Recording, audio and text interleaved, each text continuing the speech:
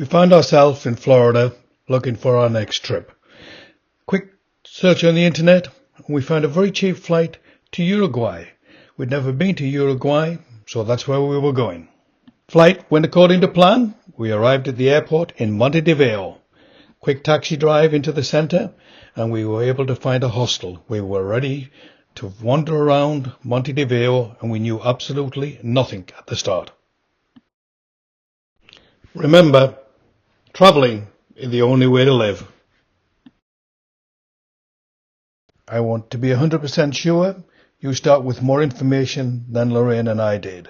So next two slides will show you need to know travel for Uruguay and also some fun facts. Enjoy. Number 3 confused me. I had no idea what mate is, so I had to look it up. It appears it's a traditional caffeine-rich herbal drink. After breakfast the next morning, we wandered outside, and everywhere we looked, there were signs inviting people to the Derby the following day. The Derby was a famous horse race in England, and that's exactly what it was, a horse race. So that's where we ended up. This was Lorena's first visit to horse racing, and she got excited, and I mean really excited. She insisted on having a horse in every single race. To her credit, every horse she picked ran past the finish line clear of all the other horses. All of the other horses, unfortunately, had finished over a furlong ahead of Lorena's pick. She smiled, and she was not deterred in any way whatsoever. I think I may have released a gambling demon from within her.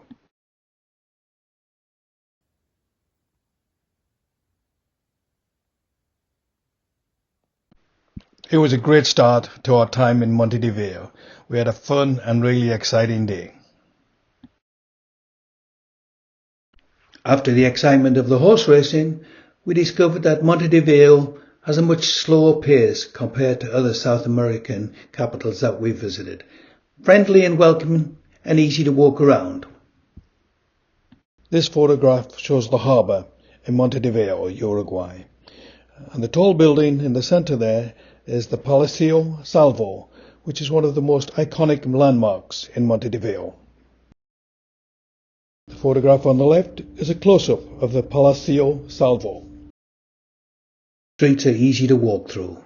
The chariot in the bottom right-hand corner was in a beautiful park and well worth a visit. The busiest place in Montevideo is the market. We had some good fun wandering around, and there were some good places to eat. The centre right, little VW, serves some wonderful empanadas, but my favourite place was the bottom left. As these two photographs show, the height of the doors in Uruguay were somewhat confusing for us.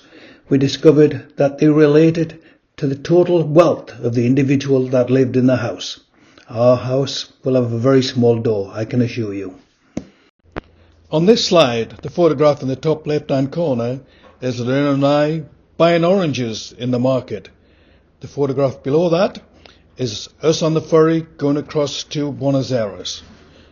The centre photograph is Lorena and I standing beside the statue of Simon Bolivar. The photograph on the right is the lighthouse in Colonial de Sacramento.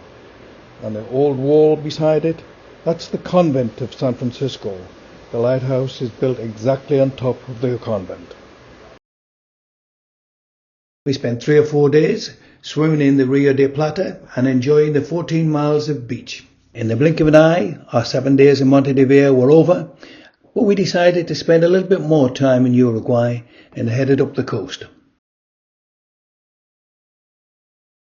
I thought I'd use my AI skills to make sure that Lorena didn't get wet in the Rio de Plata.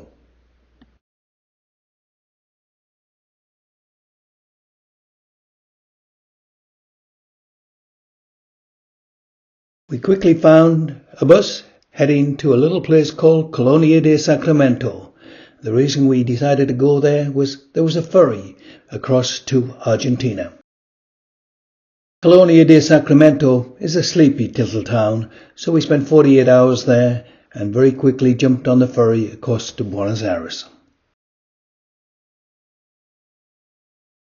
This final slide on Uruguay shows you the 3 ways you can get from Montevideo to Buenos Aires. The end. We really hope you've enjoyed watching this as much as we have enjoyed the last 14 years of travelling the world. Travelling, the only way to live.